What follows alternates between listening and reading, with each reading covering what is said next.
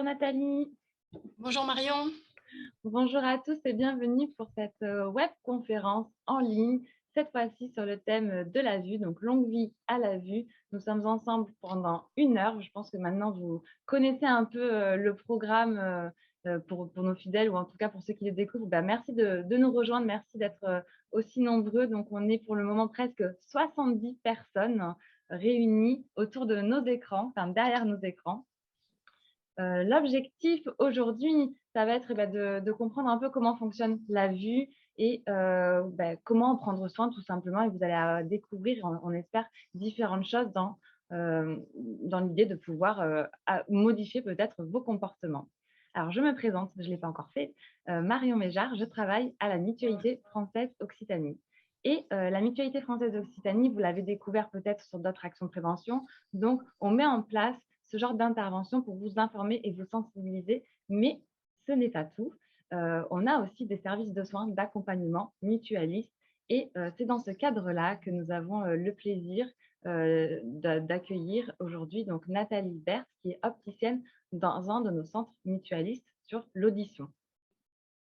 Et juste pour préciser, tous nos centres mutualistes sont présents sur l'ensemble de la région Occitanie et ça peut être des structures écoute et voir, donc autour de la vue, de l'audition, mais on est aussi présent pour le dentaire, pour des crèches, pour des EHPAD, etc. Donc vous voyez, on va plus loin que la prévention.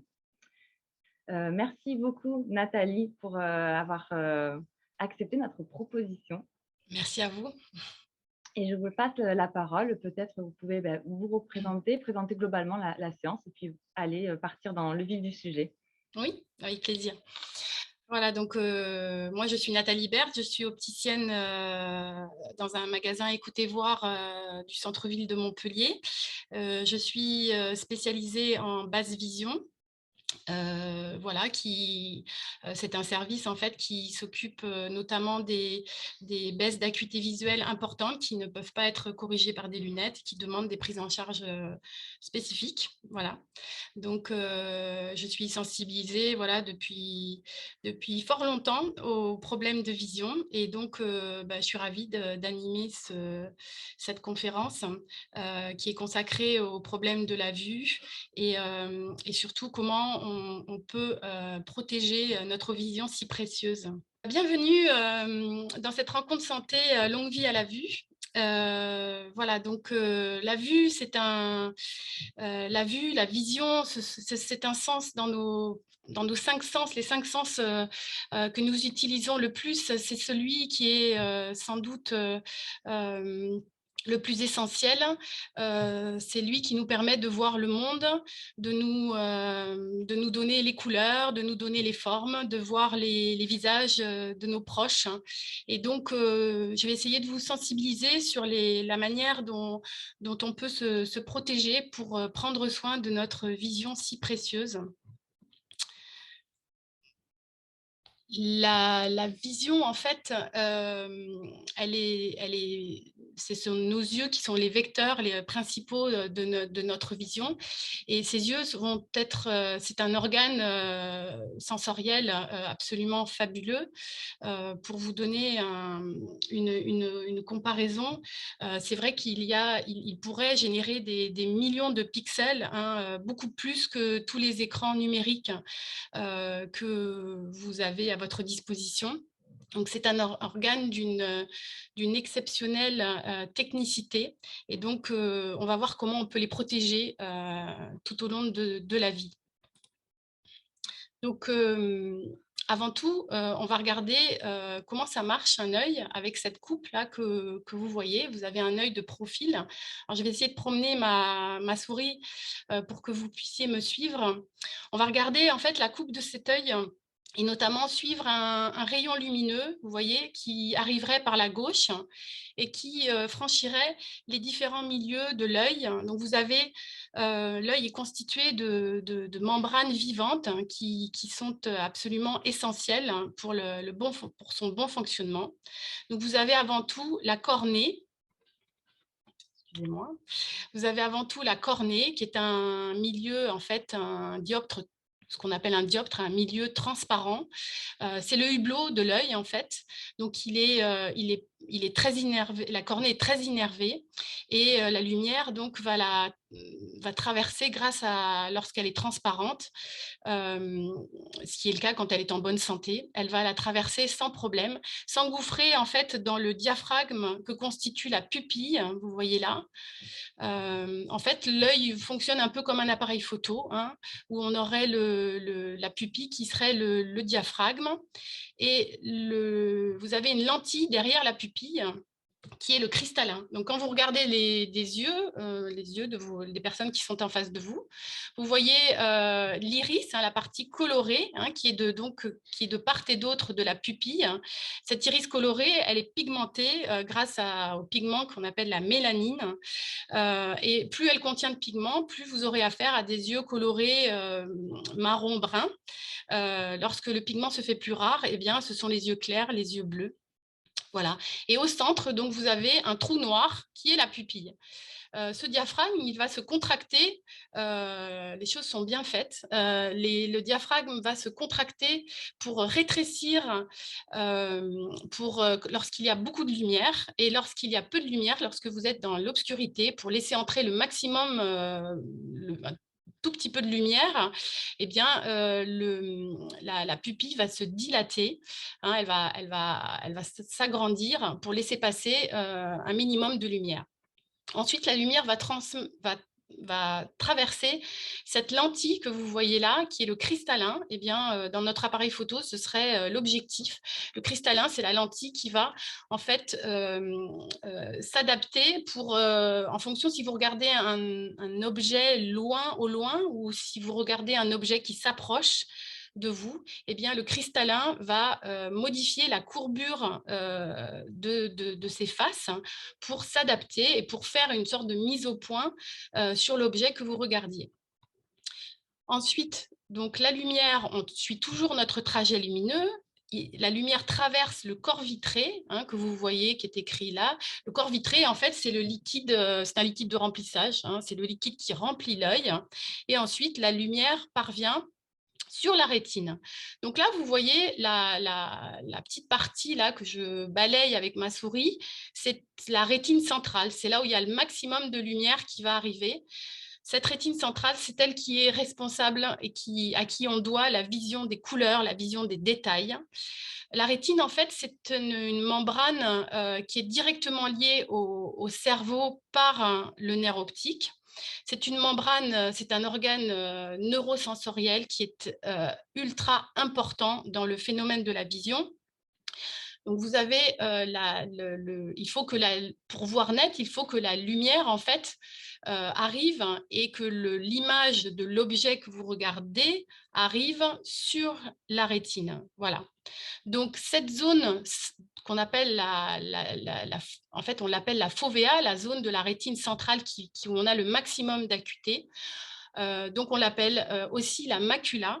Eh bien, on commence à connaître un petit peu le nom puisque lorsque la rétine, sur certaines personnes âgées, donc, lorsque la rétine commence à avoir certains problèmes, ça peut arriver, eh bien, cette macula va connaître un petit peu des déboires et elle va se fragiliser et pour donner certaines pathologies de la macula, mais on y reviendra tout à l'heure. Voilà. Donc, l'information visuelle, en fait, donc, elle arrive en partie donc, essentiellement sur la rétine centrale, mais aussi sur toute la rétine périphérique, qui a toute la rétine en fait est constituée de cellules qu'on appelle les photorécepteurs. Donc sur la rétine centrale, ce sont les cônes qui sont responsables de la vision des couleurs, et sur la rétine périphérique, ce sont d'autres photorécepteurs qui vont être plutôt responsables de la luminosité, de la vision. Ils vont être beaucoup plus sensibles à la luminosité, et donc ils vont notamment nous aider à voir lorsqu'il fait sombre, à la tombée de la nuit, par exemple. Voilà. Donc, cette membrane, donc, qui est la rétine, elle va transmettre, en fait, par le biais du nerf optique. Elle a la particularité, via ses photorécepteurs, de transformer, en fait, la lumière qu'elle reçoit, donc sous forme de photons, hein. Elle va transformer cette lumière en impacts électriques qui vont venir via le nerf optique.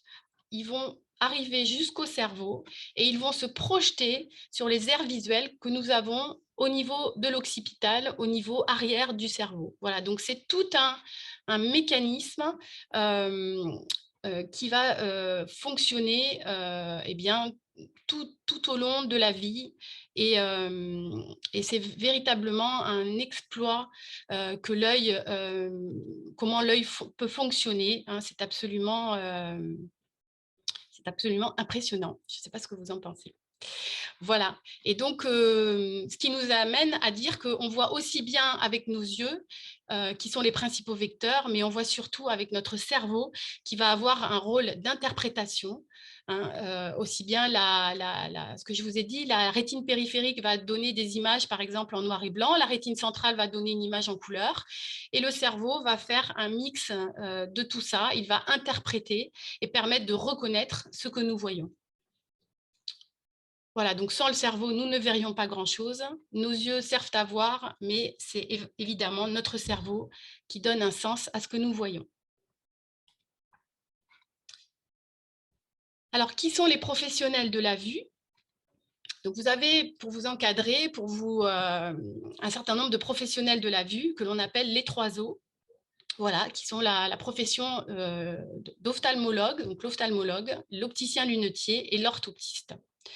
Alors, l'ophtalmologue, en fait, c'est un médecin, on l'appelle aussi médecin ophtalmologiste. C'est un médecin qui est spécialisé dans toutes les maladies liées aux troubles visuels.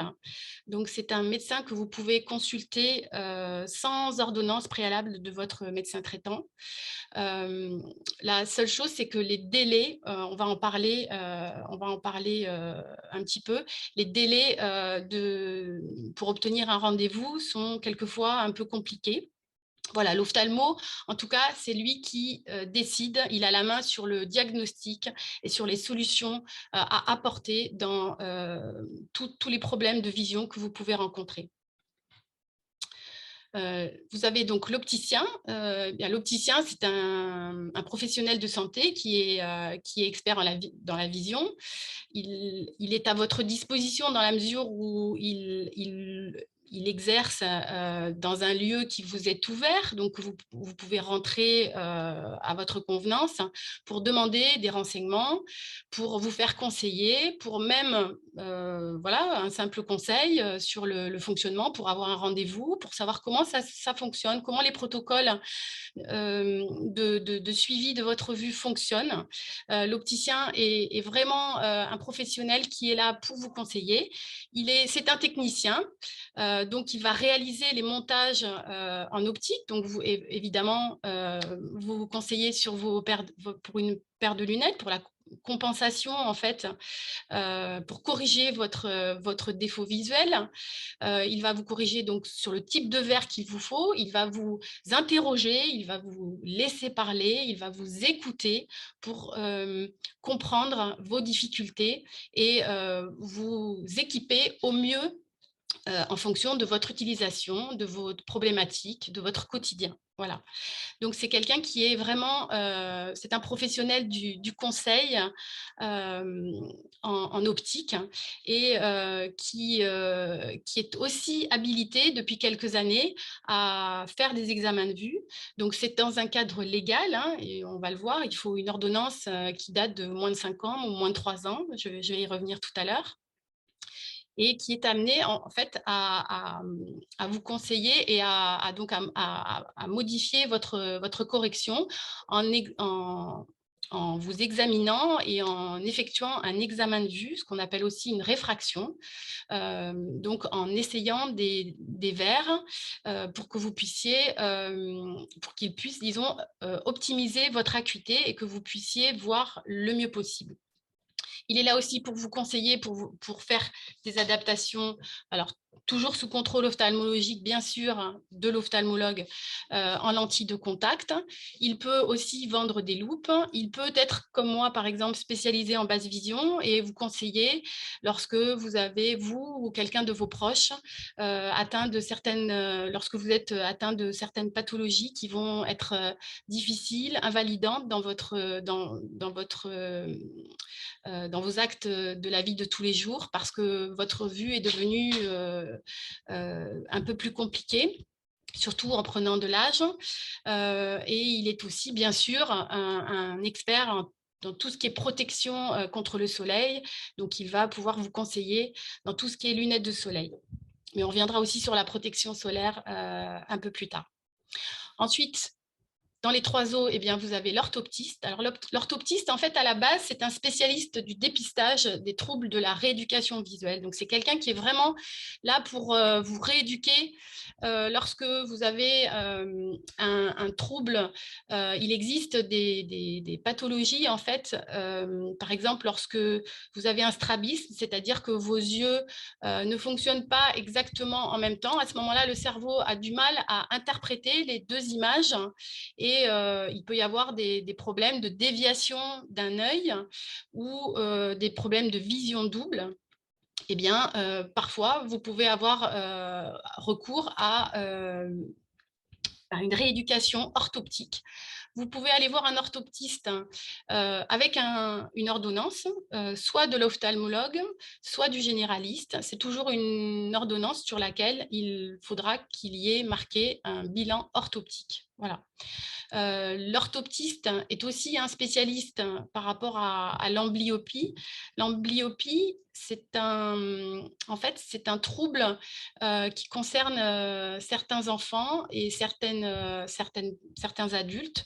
Lorsque, par exemple, un œil ne fonctionne plus depuis l'enfance et que ça n'a pas été détecté, eh bien, le cerveau va neutraliser cet œil qui ne voit pas bien. Il va se concentrer uniquement sur l'image de l'œil qu'il voit. Et ça peut donner des troubles assez importants au fur et à mesure de la vie. Donc, l'orthoptiste est là aussi pour voir si quelque chose peut être fait. Comme je vous disais tout à l'heure, il est très compliqué d'avoir parfois un rendez-vous chez l'ophtalmologue. Il existe en France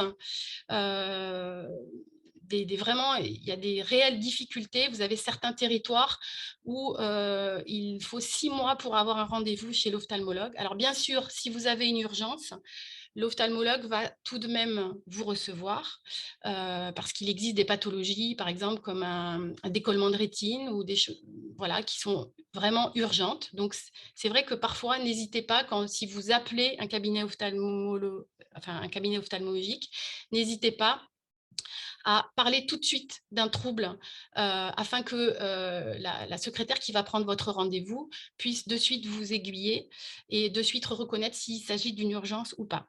N'hésitez pas non plus à vous orienter dans un service d'urgence d'un hôpital si vous en avez un proche, ce qui n'est pas toujours le cas. Donc voilà, comme je vous disais, il existe réellement en fait, un problème du nombre d'ophtalmologues par rapport aux besoins eh bien, de la population. La population, en fait, dont le besoin s'accroît, la population, il y a un vieillissement de la population, donc il y a des pathologies liées au vieillissement des yeux des personnes et donc des yeux. Donc il y a des pathologies comme par exemple le glaucome, la DMLA, la dégénérescence maculaire. Et donc, il y a des besoins accrus en rendez-vous, en prise en charge de ces pathologies. Il y a énormément d'utilisation des écrans, donc dans la population, les gens vont être de plus en plus confrontés à certaines difficultés qui apparaissent lors de l'utilisation d'écrans. Et l'écran aussi, on le verra tout à l'heure, a un impact aussi sur la bonne santé de l'œil. Donc tout ça pour dire que nos habitudes de vie, nos rythmes de vie, en fait, font que nous avons un besoin d'aller nous faire contrôler la vue et un besoin d'aller chez l'ophtalmologiste et que parfois, c'est compliqué d'avoir ce problème de rendez-vous. Donc, il existe des protocoles organisationnels en fait, qui ont été mis en place par les ophtalmologues. C'est un peu le cabinet du futur. Ce sont des grands cabinets en fait, où les ophtalmologues ont fait appel à notamment des orthoptistes pour les assister dans une partie de la consultation. Donc, les orthoptistes effectuent ce qu'on appelle la préconsultation, c'est-à-dire la mesure de l'acuité visuelle, Ils peuvent instiller des collyres, ils peuvent donc faire l'examen de vue, ils peuvent effectuer des examens complémentaires comme par exemple les angiographies. Euh, et, euh, et ça permet de recevoir 40% de plus de personnes et de diminuer un petit peu les délais d'attente. Par rapport à ces délais d'attente, il y a eu des mesures, des lois qui ont été établies en augmentant la durée de validité des ordonnances. Voilà. Donc maintenant, une ordonnance est valable, par exemple, pour des lunettes de vue. Chez un enfant de moins de 16 ans, eh bien, c'est un âge en dessous de 16 ans où la vue évolue beaucoup. Donc, une ordonnance est valable 1 an. Elle est valable 5 ans pour des adultes entre 16 ans et 42 ans. Je dirais que statistiquement, dans la vie, c'est un âge où la vue peut être relativement stable, mais ce n'est pas toujours le cas. Donc, ça n'exclut pas d'avoir à se faire contrôler la vue souvent. La validité de l'ordonnance passe à 3 ans pour les adultes de plus de 42 ans, puisqu'au-delà de 42 ans, on a les phénomènes de la presbytie qui commencent à arriver à 45 ans et des pathologies. On y reviendra encore après. Pour les lentilles de contact, la durée de validité de l'ordonnance, elle est de 1 an pour les enfants de moins de 16 ans et elle est de 3 ans pour les adultes de plus de 16 ans. Donc, si vous voulez, vous n'êtes, sauf si vous avez un suivi particulier, une pathologie qui nécessite un suivi vraiment plus régulier, hein, comme c'est parfois le cas, vous pouvez, à partir du moment où il s'agit simplement d'une rectification de la correction qui a un petit peu évolué, en tout cas, vous pouvez vous diriger soit chez votre opticien, soit éventuellement vers un orthoptiste pour faire vérifier votre vue. Votre opticien saura vous dire si la vue est suffisamment stable ou si vous avez besoin d'une correction. Et à ce moment-là, pourra, si par exemple votre ordonnance a moins de 5 ans pour quelqu'un de moins de 42 ans ou moins de 3 ans pour quelqu'un de plus âgé, eh bien, votre opticien est habilité à modifier votre ordonnance. Évidemment, tout ça se fait sous contrôle de l'ophtalmologiste. Donc, l'opticien se doit d'en informer l'ophtalmologiste qui vous suit et éventuellement de le contacter s'il y a un doute. Voilà. Je pense que je vais demander s'il y a des questions. Marion? Oui, Nathalie, il y avait on va prendre une première question par rapport à la thématique que tu viens d'évoquer. Par rapport à la première diapositive, on nous demandait donc comment les corps étrangers peuvent entrer dans le corps vitré. On parle de taches noires ou de taches blanches, etc. Merci. Donc physiquement, c'est vrai, comment ça pourrait s'expliquer? Alors, les taches noires, en fait, ce ne sont pas des choses qui rentrent dans l'œil, hein. Ce ne sont pas en général, quand quelque chose rentre dans l'œil, ça reste. Là, si vous voyez, je suis revenue sur le schéma de l'œil. Quand une poussière, en fait, rentre dans l'œil, elle va rentrer, vous voyez, elle va rester. En général, elle ne reste pas longtemps sur la cornée parce que c'est tellement innervé que c'est très désagréable. Et donc, la poussière, en fait, elle va se glisser sous la paupière. Elle va arriver là. Et là, vous avez un cul-de-sac conjonctival, ce qu'on appelle, hein. Donc, c'est un cul-de-sac. Ça ne peut pas aller ni dans l'œil, ni derrière. Voilà. Donc, la poussière, elle va rester en général à cet endroit-là. Ce que vous avez à l'intérieur du corps vitré, ce sont ce qu'on appelle des corps flottants, en fait. Ben, voilà, comme c'est du gel, en fait. Eh bien, il y a des petites imperfections avec des choses qui font partie du milieu intérieur que représente le corps vitré. Et c'est des petits corps flottants. Ça peut être assez gênant pour les gens qui en ont beaucoup et qui, notamment, on s'en aperçoit lorsqu'on regarde un mur blanc, hein, une page blanche ou une surface blanche. Voilà, on les voit qui se baladent et ça se promène un petit peu avec le regard. Voilà, mais c'est vrai que bon, voilà, ça peut être un petit peu gênant. Si vraiment c'est très très gênant, en général, les gens consultent. Vous pouvez aller voir votre ophtalmologue. Merci pour cette réponse très claire et on va prendre juste une deuxième question et après on te laissera passer à la suite. est-ce que l'ordonnance, donc pardon, donc l'ordonnance est valable sur une durée définie, et est-ce que la sécurité sociale prend en charge les frais, sur le temps de la durée de l'ordonnance? La, je dirais, alors, il y a un mode de prise en charge, comme bon, vous savez sûrement, le gouvernement en place et qui était déjà en place les 5 dernières années, a voté une loi qui s'appelle la loi du reste à charge à zéro. Donc, à partir du moment où vous avez un contrat dans une mutuelle, quel qu'il soit, vous avez une prise en charge intégrale pour certains équipements que les opticiens doivent vous proposer et qui donc sont des équipements qui sont adaptés avec des verres qui peuvent être adaptés en fonction du défaut visuel de la personne. Donc, vous pouvez avoir dans cette mesure-là une prise en charge intégrale de votre paire de lunettes. Voilà. Parce que c'est vrai que seule la sécurité sociale, sauf dans certains contrats, type contrat santé solidaire, ou voilà, la sécurité sociale ne prend pas en charge l'intégralité des frais des lunettes. Je vous laisse continuer. D'accord, ok. On va se concentrer en fait sur les risques visuels chez l'enfant et l'adolescent. Donc, le petit enfant, en fait, le petit bébé, quand il naît, il voit très peu, hein. Il a une acuité qui est de 1/20, donc c'est une acuité très, très basse. En fait, son acuité visuelle va ne cesser d'augmenter au fur et à mesure de l'acquisition, la tenue du port de tête, l'acquisition de la position assise, évidemment l'acquisition de la marche. Donc, l'acuité visuelle va augmenter petit à petit.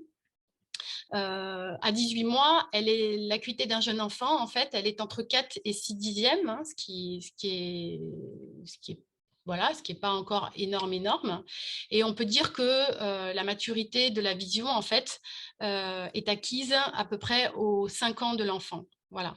Donc, l'enfant a, lorsque il n'y a pas de défaut visuel particulier, il a une acuité de 10 dixièmes à peu près pour ses 5 ans. Ensuite, entre 10 ans et 20 ans, eh bien, c'est un âge où la vision de près est fortement sollicitée. Alors, c'est vrai que ça a été marqué là sur le tableau à partir de 10 ans, mais c'est vrai que les enfants maintenant utilisent les écrans relativement tôt, malheureusement. Bon, ça peut être de bon augure sur certains, lorsque c'est limité, lorsque c'est encadré, mais c'est vrai que l'utilisation des écrans va générer une sursollicitation de la vision de près et par effet collatéral, un manque de stimulation en vision de loin. Et donc, l'utilisation de ces écrans, en fait, va générer des problèmes, en fait, de myopie. La myopie, en fait, c'est le défaut visuel qui est le plus rencontré, hein. Actuellement, 30% de la population mondiale est myope. Et il nous laisse entrevoir que d'ici 2050, il y aura 50% de la population mondiale qui sera myope. Donc, c'est un phénomène de santé mondiale, hein, car dans les pays asiatiques, notamment, il y a certains pays où il y a un pourcentage vraiment exponentiel, et vous en avez peut-être entendu parler, avec énormément de gens qui sont myopes. Alors, la myopie, qu'est-ce que c'est? Lorsqu'un œil est myope, en fait, il va voir flou de loin et net de près. Voilà. Et cette surstimulation, en fait, générée par les écrans, par les jeux vidéo, par la télévision, par les portables, cette surconsommation d'écran va vraiment être source d'allongement de l'œil, puisque en fait l'œil myope, comme je vous disais, il voit flou de loin et net de près, parce que c'est un œil qui fonctionne en étant en fait trop long, et l'image d'un objet que vous allez, enfin, en étant myope, si vous regardez un objet à l'infini, eh bien, l'image de cet objet ne va pas arriver sur la rétine comme il se devrait pour être vu net, mais va arriver juste en avant de la rétine. D'où eh bien, une image qui est floue.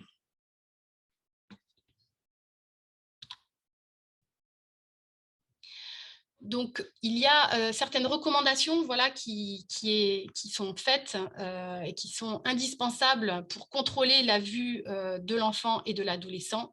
Parce que, par exemple, pour la myopie, lorsqu'elle est héréditaire, par exemple, elle arrive autour de 7-8 ans.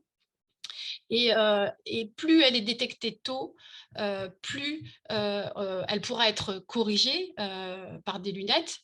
Il existe maintenant des verres qu'on appelle des verres de freination de la myopie, donc qui vont permettre d'arriver à freiner. Alors ça va pas annuler la myopie, mais ça va freiner son développement. Voilà. Donc il existe des nouvelles technologies qui sont vraiment très probantes.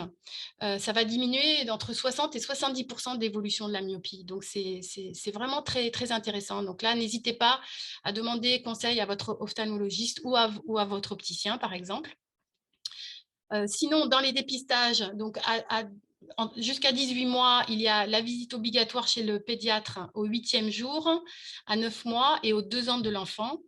Donc, hormis le dépistage néonatal que l'on fait au moment de la naissance, c'est le pédiatre en fait qui va alerter l'ophtalmologiste s'il a un doute sur la fixation, sur la vision de l'enfant.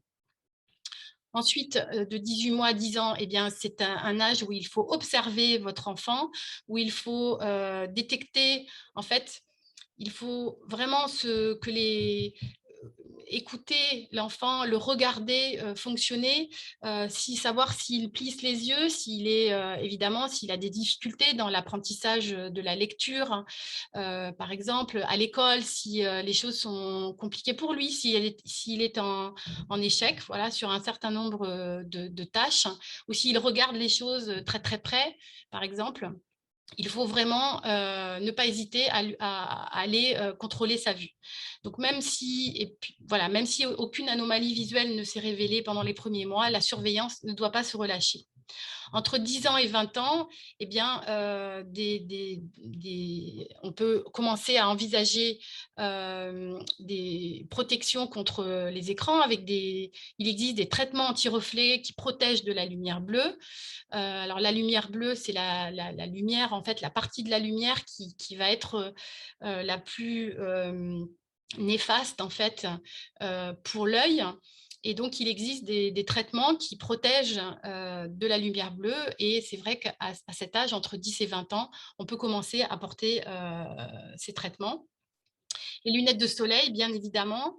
Ne pas négliger les lunettes de soleil, j'en ai pas parlé, mais pour les bébés aussi, parce que l'enfant a un œil qui n'est pas encore mature et il a les milieux donc intérieurs de l'œil, le cristallin, le corps vitré qui sont très très clairs, donc qui ont tendance à laisser passer la lumière du soleil. Donc bien protéger les lunettes des enfants avec des lunettes de soleil.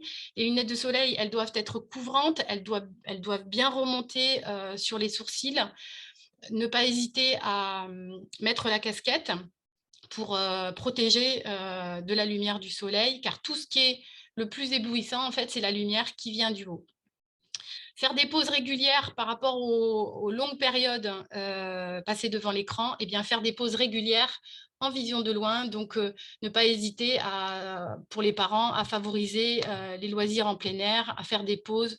Bien sûr, pas d'écran avant 2 ans, 3 ans, je crois même, enfin. Et bien sûr, bon, voilà, toujours faire contrôler sa vue régulièrement.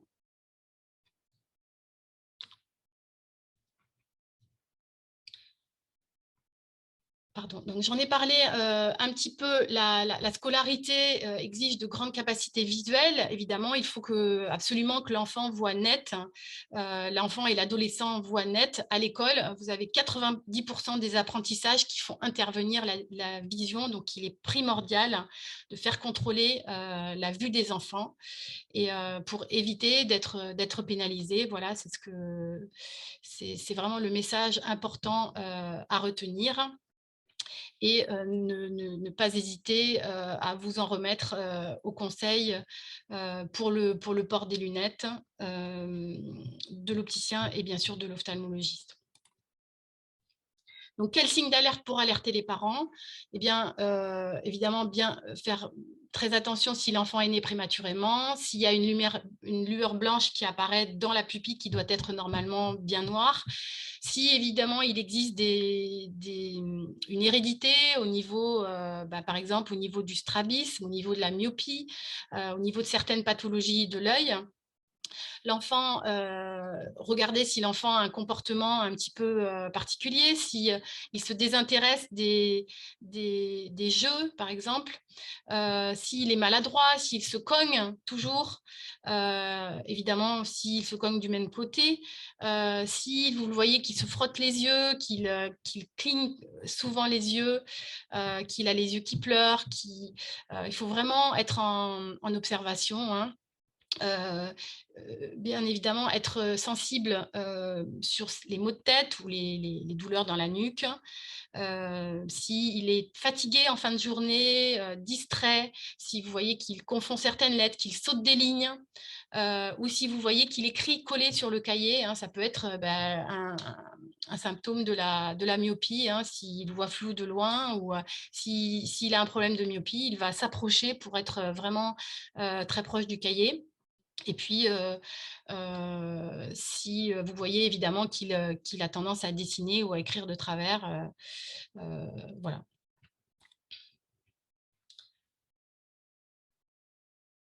Donc, au niveau des risques visuels au cours des âges, au niveau de la vision chez l'adulte, eh bien, certains événements de la vie demandent une attention particulière. Donc, entre 20 et 45 ans, c'est l'âge où on fait du sport, donc on est sensibilisé. Les sportifs peuvent éventuellement porter des lentilles aussi. Maintenant, il y a des lentilles qui sont même journalières, hein, qui peuvent être portées exclusivement pour le sport, en alternance ou en alternance avec des lunettes. L'utilisation d'écran, hein, comme on l'a vu, donc, a tendance à fragiliser les yeux. La grossesse, évidemment, avec les changements hormonaux. Et la fatigue au volant, on a tendance à de plus en plus conduire et évidemment, c'est indispensable d'avoir une bonne vision au volant.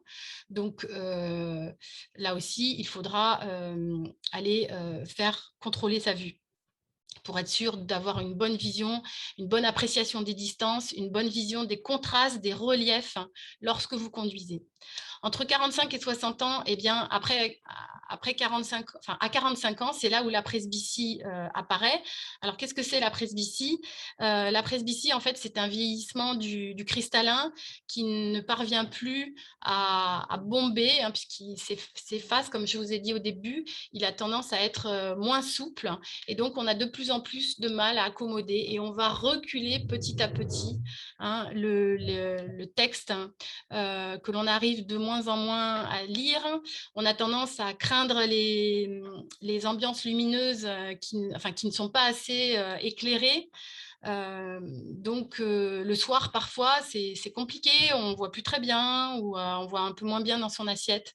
Donc, tout ça, ce sont des signes eh bien, qu'il faut vite aller faire contrôler sa vue et c'est nécessaire de faire corriger, de corriger sa vue lorsque la presbytie débute. Contrairement à ce que certains bruits, enfin certains pensent, hein, la presbytie n'évolue pas davantage si on la corrige par rapport à si on force, si on ne la corrige pas.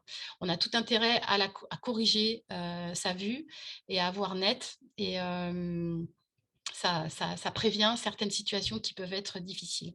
Ensuite, à plus de 60 ans, eh bien, avec l'âge, il y a des troubles qui deviennent fréquents. Il y a des pathologies comme le glaucome, la dégénérescence maculaire, la cataracte. Le glaucome, c'est une maladie du nerf optique. C'est une maladie qui passe complètement inaperçue si vous ne vous faites pas dépister. Donc, c'est une maladie complètement indolore. Et en général, quand on commence à avoir les effets du glaucome, eh bien, c'est que le glaucome est très avancé. Donc, il est absolument indispensable d'aller au moins une fois à partir de 60 ans, d'aller au moins une fois tous les 2 ans se faire prendre la tension de l'œil. Le glaucome, enfin la forte tension, la tension élevée dans l'œil étant un symptôme du glaucome.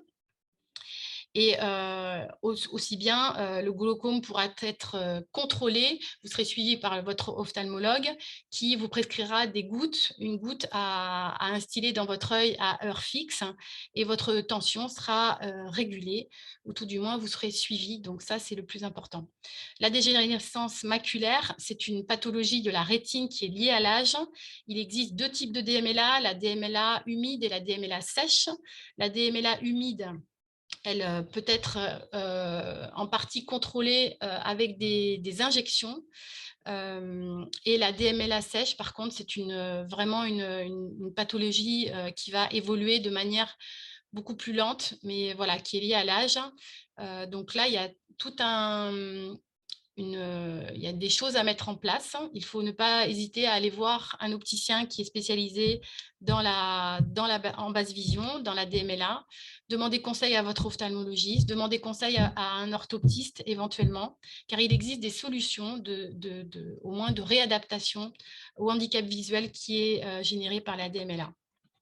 La cataracte, eh bien, vous avez la vision qui va être très floue parce que votre cristallin vieillissant, il va être opaque. Et donc là, c'est une opération qui peut être effectuée la plupart du temps en ambulatoire de manière très simple.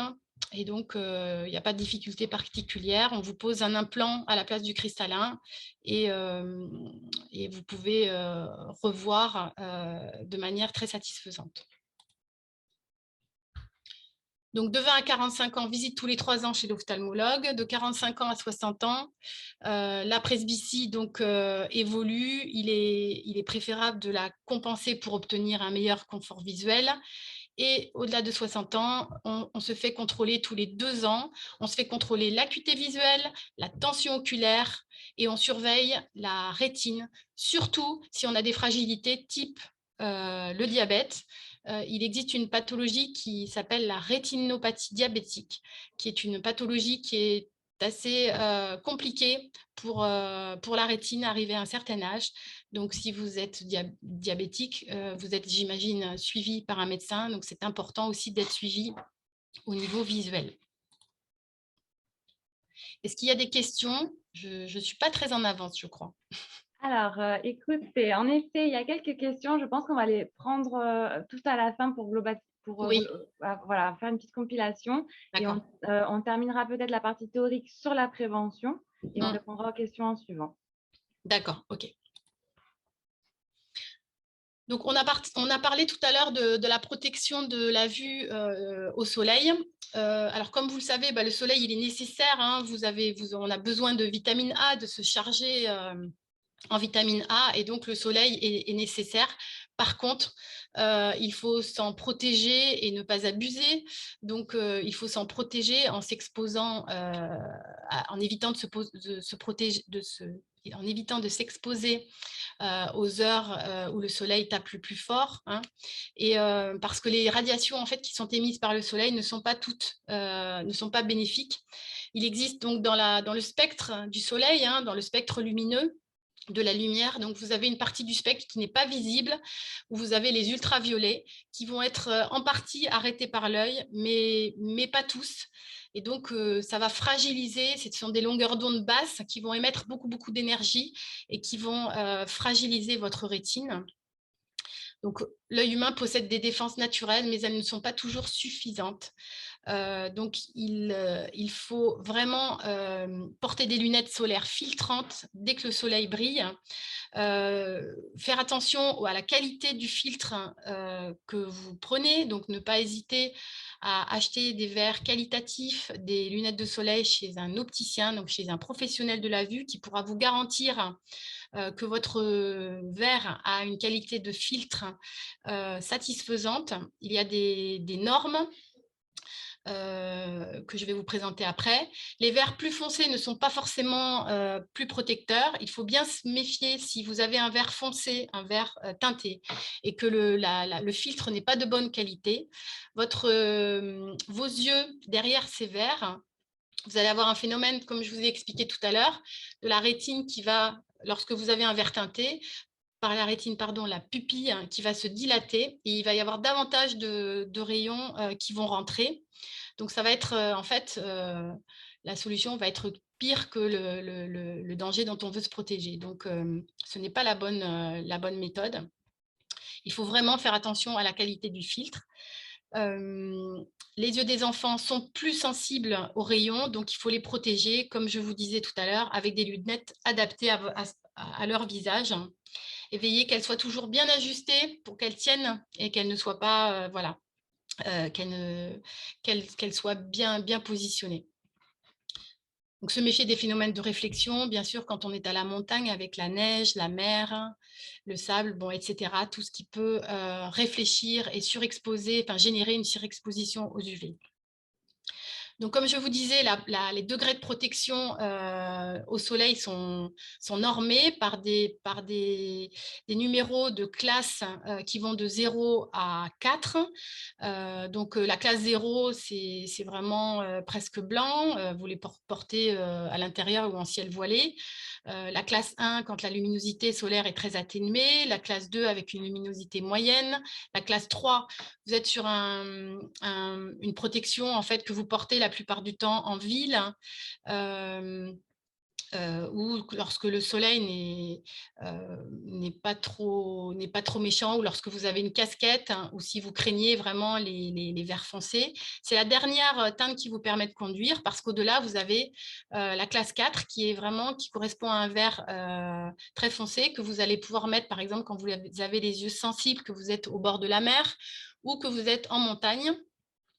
Et par contre, c'est une teinte qui est foncée, la classe 4, et qui est interdite pour la conduite. Voilà. Pour préserver sa vue, il est nécessaire de bien se nourrir. Il est possible donc de ralentir les processus de vieillissement de l'œil, et notamment de fragilité à la DMLA, à la rétinopathie diabétique, en conservant une alimentation équilibrée. Donc, la vitamine A est essentielle. La vitamine A, vous en avez dans les myrtilles, dans le poisson, dans tous les aliments qui ont aussi des acides gras oméga 3. Vous avez tous les aliments, après c'est les règles de nutrition, je dirais, de diététique que vous connaissez, parce qu'elles sont diffusées quand même assez largement dans les préventions, enfin dans les messages de prévention. Tous les légumes verts qui possèdent de la lutéine, c'est un antioxydant assez puissant. Toutes les vitamines aussi antioxydantes, la vitamine C, la vitamine E, et aussi le bêta-carotène, le zinc et le cuivre, qui associent aussi des propriétés antioxydantes à des propriétés cicatrisantes.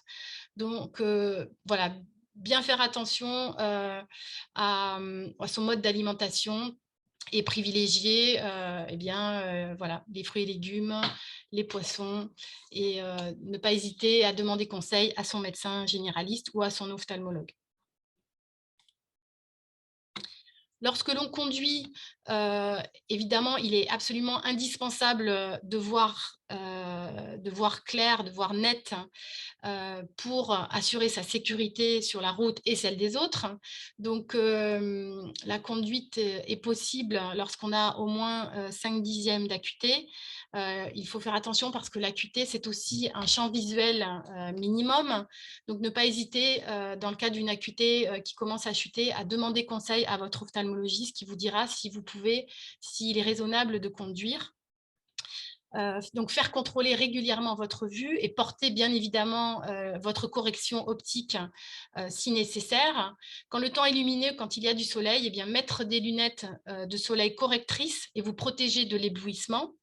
Ne pas hésiter, j'en ai pas parlé tout à l'heure, à porter des verres que l'on appelle des verres polarisants. Les verres polarisants, en fait, la polarisation, ce sont des filtres qui sont disposés de telle manière que ça va diminuer fortement les phénomènes d'éblouissement et ça va vous protéger des halos qui sont éblouissants et vous permettre de voir avec beaucoup plus de relief, beaucoup plus de contraste. Ça va générer une image qui est très agréable, qui est très qualitative. Donc les verres polarisants, c'est très bien pour conduire et puis voilà, pour tout faire, pour se protéger du soleil. Comme je vous l'ai dit tout à l'heure, les verres de catégorie 4, eh bien, c'est interdit pour la conduite d'un véhicule. Et donc, il est fondamental donc, de porter des lunettes correctrices solaires adaptées donc, à votre vue. Voilà. Attention aux médicaments, il y a des médicaments, c'est marqué dessus, il y a 3 degrés de risque liés à la somnolence. Donc, si vous prenez des traitements médicamenteux, bien faire attention. Vous avez des médicaments qui peuvent baisser la vigilance et qui peuvent être dangereux pour la conduite. Donc, bien faire attention aux petits sigles qui sont sur les boîtes, hein, qui vous indiquent le niveau de risque de la molécule que vous prenez. Lorsque vous êtes à la maison, eh bien, vous n'êtes pas sans risque non plus. Les activités ménagères comportent aussi des risques pour les yeux. Attention aux sprays mal orientés, aux fritures qui éclaboussent. Et quand vous ouvrez le four aussi, par exemple, et que vous avez par exemple, dans des petits caclons, quand on cuisine des choses qui sont très bouillantes, le fait d'ouvrir le four, vous pouvez à certains moments avoir des projections dans les yeux qui peuvent générer des brûlures. Donc, faire bien attention. Attention à la manipulation d'outils, aux éclats projetés dans les yeux. Les yeux sont vraiment très fragiles. Faire attention, je dirais, au bricolage et voilà, l'utilisation classique, l'accident classique qui peut arriver, eh bien, c'est le bouchon de champagne. Lorsque vous débouchez une bonne bouteille de champagne, eh bien, faites bien attention à comment vous orientez votre bouteille de champagne, car le bouchon il est projeté de manière très violente et ça peut générer des choses qui, en tout cas, vont gâcher la fête. Merci Nathalie pour cette présentation. Ce que je te propose, parce que déjà le contenu est assez vaste et l'heure défile Oui, puisqu'il ne oui, reste oui, plus je sais bien. que 4 minutes. Je pense qu'on a balayé suffisamment de problématiques et je te propose de passer aux questions puisqu'il y en a eu quelques-unes. Il y a eu pas mal de questions sur l'usage des lunettes.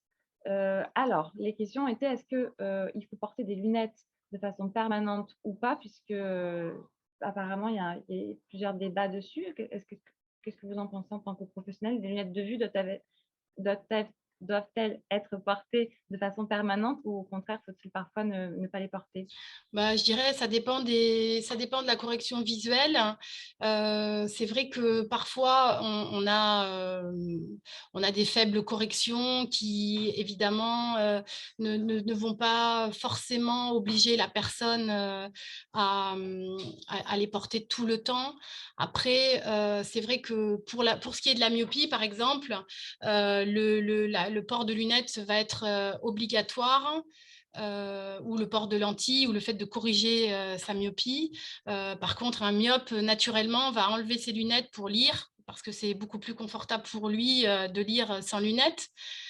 Donc, l'hypermétrope, alors j'ai pas parlé de l'hypermétropie parce il y a moins de phénomènes de société autour de ça, mais l'hypermétrope ou même la personne qui est presbyte, eh bien, elle va avoir du mal à lire sans ses lunettes, donc elle va accommoder beaucoup, donc ça va lui générer de la fatigue.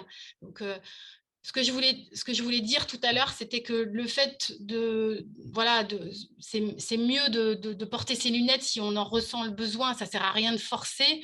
Après, si bien évidemment les verres progressifs, ce sont des verres qu'on porte à un certain âge et donc qui vont corriger aussi bien la vision de loin, vision intermédiaire que la vision de près. Ce sont des verres qu'on va porter la plupart du temps, tout le temps. Sinon, ça sert pas à grand-chose d'avoir des verres progressifs. Après, vous pouvez avoir des verres, par exemple, que vous allez utiliser uniquement pour travailler ou pour voir sur votre ordinateur et vous n'allez pas les porter tout le temps non plus. Très bien, du coup, bon, merci. Il faut s'adapter finalement Voilà, à ce qu'on a et aussi aux besoins, voilà, aux besoins de notre corps. voilà. Donc, est-ce que les verres qui teintent au soleil, on parle de verres de transition, sont-ils efficaces? Alors, tout à fait. Les verres Transition, c'est des verres photochromiques, hein, puisque Transition, c'est une marque. Ce sont des verres qui foncent au soleil.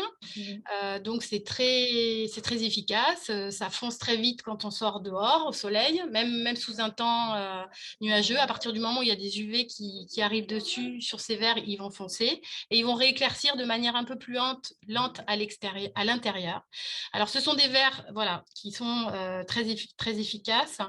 Après, quand on a certaines pathologies qui nécessitent une protection au soleil efficace, et je pense notamment à la DMLA ou à des pathologies qui fragilisent beaucoup les yeux, ce n'est pas toujours suffisant et ce n'est pas toujours le plus adapté. Voilà, donc là, il faut vraiment prendre conseil. Donc, une fois de plus, il faut encore adapter, mais en tout cas, ça rassure sur l'efficacité. Oui. Pareil, une autre question sur l'efficacité, mais cette fois-ci sur les lumières contre la lumière bleue. Est-ce que ça reste aussi efficace, recommandé? Oui, alors vous avez des traitements qui existent et qui protègent de la lumière bleue, qui sont efficaces, qui en fait qui vont jaunir un petit peu le papier, la feuille blanche, hein, on s'en aperçoit si on compare en fait avec et sans.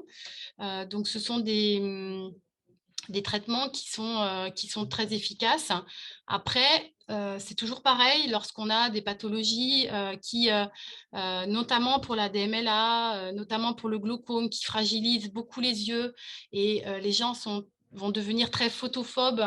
À ce moment-là, il existe des filtres spécifiques, par exemple comme les filtres jaunes, qui vont avoir un effet de protection de la lumière bleue euh, qui vont être beaucoup plus efficaces. Voilà. Donc, quand on a des fragilités, il faut pas hésiter, pareil, à demander conseil. Merci. Une autre question cette fois-ci sur le port des lentilles. Est-ce qu'on peut porter des lentilles lorsqu'on a des yeux secs? Et est-ce qu'on peut porter des lentilles tout au long de sa vie sans problème? Alors, euh, on dit qu'il y a un capital de port de lentilles tout au long de la vie. Donc, j'ai envie de dire, hein, quand on porte des lentilles non-stop hein, pendant un certain nombre d'années, souvent, surtout si c'est des lentilles souples, ce qui est porté dans la majorité des cas, parce que c'est le plus pratique, c'est le plus facile, voilà. Euh, Arrivé à un moment donné, l'œil il va y avoir un capital de larmes qui va s'épuiser un peu, qui va se fatiguer. Surtout la qualité des larmes étant moins bonne au fur et à mesure qu'on avance dans l'âge, forcément, à un moment donné, ça va souvent donner des difficultés. Alors, c'est vrai que il y a quand on n'a pas des larmes de bonne qualité, ça ne va pas être possible de porter des lentilles dans des bonnes conditions. Voilà. Donc, il faut vraiment, là encore, aller faire un test de larmes chez l'ophtalmologiste qui vous dira si vous pouvez porter des lentilles ou pas. Merci. Ensuite, on va aborder juste deux petites pathologies. Donc, on Oui, dépassera encore de quelques minutes, mais on va prendre le temps pour y répondre. On oui. a parlé du glaucome. Est-ce que le nerf optique peut être réparé suite à un glaucome? C'est une des questions. Non, le glaucome, l'atteinte de nerf optique est irréversible. Donc, malheureusement, c'est pour ça qu'il c'est vraiment indispensable la prévention du glaucome est vraiment ultra importante parce que lorsqu'on commence à voir une partie, par exemple, du champ visuel qui commence à être défectueuse parce que le nerf optique commence à être atteint, eh bien, les fibres ne sont plus opérationnelles et on ne peut plus revenir en arrière. D'où l'importance une fois plus du dépistage. Voilà. Une dernière question par rapport à la cataracte. Une personne nous témoignait l'avis médical où on lui demandait de retarder l'opération Oui. et donc elle me demandait l'impact d'une opération tardive sur une cataracte congénitale de l'œil.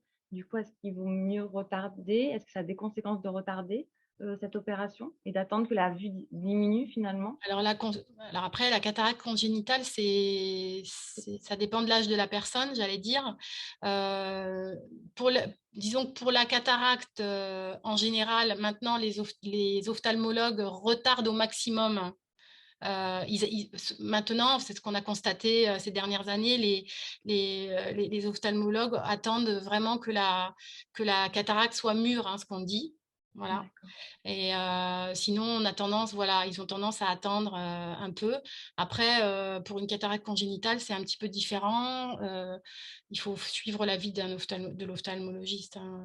Je ne peux pas répondre comme ça. Non, mais c'est déjà une très Ouais. belle réponse puisqu'en effet, bah, parfois, même si on découvre cette maladie, bah, il faut aussi savoir attendre et prendre son mal en patience pour attendre le bon moment du coup pour Voilà, parfois, l'opération. c'est pas sans risque. Pour quelqu'un qui a une pathologie, qui a une fragilité, l'opération de la cataracte n'est jamais, je veux dire, anodine, hein. Je veux dire, même si c'est vraiment, on perce un petit peu une partie, enfin, un petit endroit de l'œil comme un petit aspirateur, on va aspirer le cristallin, on va le remplacer par un implant. Il y a quand même une atteinte de l'œil qui n'est jamais anodine, même si maintenant ça se fait ultra facilement, comme je vous l'ai dit, et que vraiment il n'y a aucune raison de craindre quoi que ce soit. Mais mais c'est quand même une intervention de l'œil. Eh ben, écoutez, merci Nathalie. Alors, Oui, est-ce que est-ce que le le glaucome glaucome s'opère? s'opère? Je crois oui, Alors hein. oui, oui, le Voilà, glaucome on ne s'opère. pourra pas rentrer plus en détail. Une petite précision tout à l'heure sur la question par rapport au remboursement. Il y a un remboursement le remboursement est valable tout au long de la durée de validité de l'ordonnance, hein, c'est ce qu'on a dit tout à l'heure. Oui, alors c'est vrai, oui. Alors Ah, c'est vrai que les mutuelles remboursent donc à partir de 2 ans après, quand vous faites une paire de lunettes, vous pouvez donc réutiliser votre ordonnance 2 ans après pour refaire une paire de lunettes, sauf si vous avez un changement de correction au bout d'un an. À ce moment-là, au bout d'un an, vous pouvez refaire vos lunettes et vous aurez droit à votre remboursement. Vous demandez conseil à votre opticien. Les opticiens sont très bien formés sur tout ça.